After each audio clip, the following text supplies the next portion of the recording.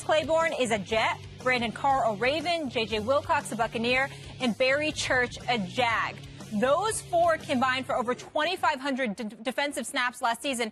Stephen A., what do these changes say about your team? Well, it says a couple of things. Number one, it says that evidently being a Cowboy ain't that great, contrary to what the Dallas Cowboys would try to display and convey and disseminate to the masses. That may not necessarily be the case. Dudes are looking to get paid. Dudes are looking to be appreciated more. Dudes are looking to build their brand instead of that of Jerry Jones and the Dallas Cowboy brand. It says that. Number two, it also says probably Dallas Cowboys ain't going 13-3 again. Let's call that a day. Number three, it also says there's questions as to what they're going to do in the NFC East. Question number four, it also says something that's very, very obvious. Their defense, which wasn't that damn great to begin with, even though it improved last year, it wasn't that damn great to begin with. Now they are expected to have some troubles. This is a defense that was ranked 5th overall, I get it, but they were ranked 26th against the pass. So I expect the Dallas Cowboys to get worse. I expect them to struggle. I expect them to try to gloss over the fact that these dudes walked out of the door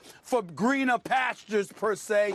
And I expect the Dallas Cowboys to do what I know they're always going to do. They're going to struggle, and somehow, some way, they will find a way to get in their own way and not get it done. It's just usually we learn about this later. Now we're seeing it happen as we speak right here in the month of March. I happen to believe it's a beautiful day. I happen to believe it's a very, very beautiful day. What it says is the Dallas Cowboys know what we all know, that their defense isn't very good, particularly that they were dissatisfied with the performance of their defensive backfield.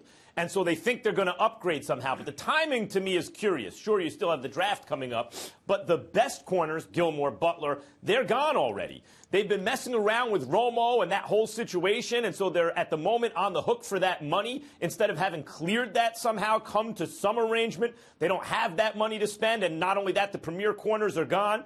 So maybe they're trying to improve in their defensive backfield, but at this point, given what they have to spend, what's on the market, boy, they better hit in the draft. Because it's possible, though hard to imagine, they could even get worse there, Ryan. Well, if you look at this team and kind of the stats that you heard Stephen A. speak of, it was largely because of the secondary, mainly the corner position, with Morris Claiborne actually playing well early on in the season. Then he got hurt, and he missed the most of the end of the season. Anthony Brown was a rookie. Orlando Scandrick was coming off injury. I thought Barry Church early on in the season before his injury played really well. And then J.J. Wilcox, who filled in for him at free safety, played excellent. He was a physical presence in the defensive backfield. I really expected them to sign at least one of those guys to kind of have some carryover. Morris Claiborne hasn't lived up to his number 6 pick that he was in the draft, and so I kind of expected them to move on from him. You expect Orlando Scandrick to be better this year now that he's not coming off of injury. This is one of the deepest cornerback safety drafts that we've had in a long time, and so I expect them to go out and try to get some of those draft picks to implement right away into the secondary. And we've seen many teams do this recently, whether you look at Vernon Hargrave starting in Tampa Bay last year, Jalen Ramsey starting in Jacksonville. So we've seen young guys come in, play, and take a lot of snaps. If you're the Dallas Cowboys, how much worse can it get, though? So you're saying, is this a smart move, then? It's Get rid of these guys listen, and potentially get young guys? I think Barry Church and J.J. Wilcox, it would have been smart to keep one of those guys because they actually did play well. They actually did provide leadership. When you look at Brandon Carr, when you look at Morris Claiborne, those guys haven't played up to the type of deals they were requesting, to the type of expectations that will be placed on them, first of all, because of the experience, secondly, because of the money that they will want. And so moving on for them, I think, is a smart idea. You're not a team that goes out and tries to play man-to-man constantly under defensive coordinator Rob Marinelli. So for me, it's not necessarily a terrible thing, but it's what you do from here moving forward. Will you be that accident waiting to happen like Stephen A. always says, or will you make the right decisions in replacing these people? Furthermore, of course you want a good defense, Stephen A. Of course you want your defense to get better, not worse, and their defense was bad last year. But the whole point of the Cowboys is their offense is designed to mitigate the damage that the defense does or doesn't prevent because it's ball control. Big, excellent offensive line, great running back, smart quarterback. That keeps the offense on the field and the defense off of it. They won 13 games last year and gave away some games at the end of the season, in spite of that defense. Well, let's call it what it is. First of all, the Dallas Cowboys had the #2 ranked running attack in the NFL. So you're chunking, you're accumulating yards, you're moving the chains, right? As a result, in most instances, if I recall correctly, Ryan, the Dallas Cowboys were very adroit at being the first to score for a vast majority of the season. So people always found themselves playing in a hole. This is why the same Dallas Cowboys defense that we're talking about, they're ranked 5th overall, they also ranked #1 against the rush. Why? Because people weren't trying to run the football on them, but so much they were trying to throw the ball all day long because they were usually playing from behind because of how potent Dallas's offense was. That could be somewhat deceptive in terms of the statistic being ranked 26. If somebody's throwing the football against you all day and accumulating 4,100 plus yards passing against you, they're putting forth a lot of attempts as well. Why? Because they're playing from behind. So it's not necessarily just about the secondary. It is about a suspect pass rush at times that you can't get. I mean, if you're giving quarterbacks all day to stand back, take pictures, call their girlfriends or their wives, can I get some dinner? Let's make plans for the evening while you're standing in the pocket before throwing a damn pass. Of course it's going to be a problem for the secondary. But we gloss over that because it's always an excuse when it comes to these damn Cowboys. There's always an excuse. There's always an explanation for their ineptitude. There's got to be a reason. I mean, it's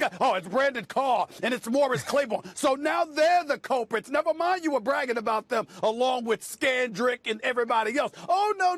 They were going to be just fine. But then you're struggling. It's got to be somebody else's fault other than the overall organizational structure of this team. This is what happens when you're the Cowboys. We're talking about the secondary today. It'll be the defensive line next week. It'll be the wide receiving corps next month. It'll be something. Steven, it's the defense. It's the defense as a whole. You talked about the pass rush. It was hard for them to get pressure on quarterbacks, which we saw Aaron Rodgers take advantage of in the playoff game. They didn't lose that game because of Dak Prescott and the offense and having rookies in the backfield. They lost because they couldn't produce stops. And I think looking at that, why bring back the same people? I'm sure they tried to keep Barry Church at a price. I'm sure they tried to keep J.J. Wilcox at a price.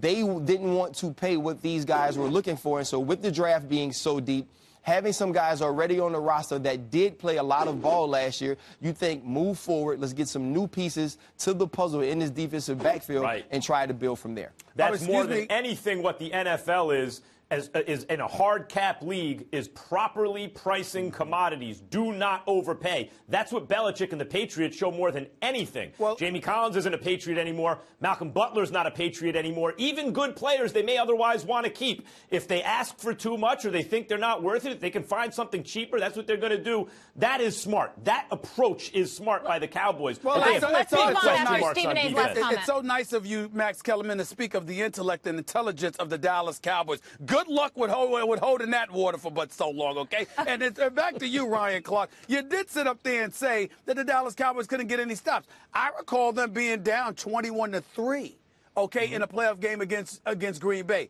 And they came back and ultimately tied it at 28 apiece. I thought they got some stops when they needed to, but ultimately it fell apart. Did they play the next week?